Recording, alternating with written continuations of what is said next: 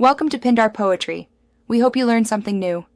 You begin by allowing permissions so the app can access the lens and save files. This unlocks core features. Open Settings, tap Permissions, then enable camera, microphone, and storage. Once done, pick photo quality, high if you want detail, medium to save space, and choose internal versus SD card storage.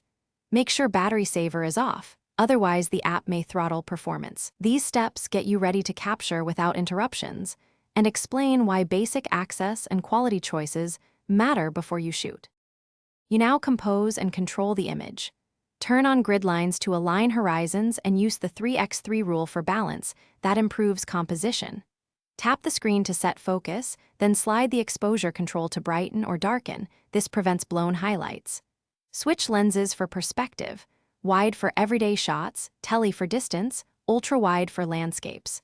Once you have framing and exposure, lock them if needed to keep consistent shots. Doing this gives predictable, repeatable images. You finish by choosing the right capture mode and finalizing the image. For motion, use burst. For group pics, set a 310s timer to avoid blur.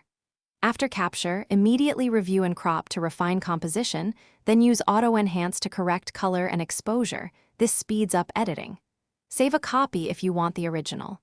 If the app misbehaves, restart it, clear cache, or recheck permissions. These quick fixes resolve most problems and get you back to shooting fast.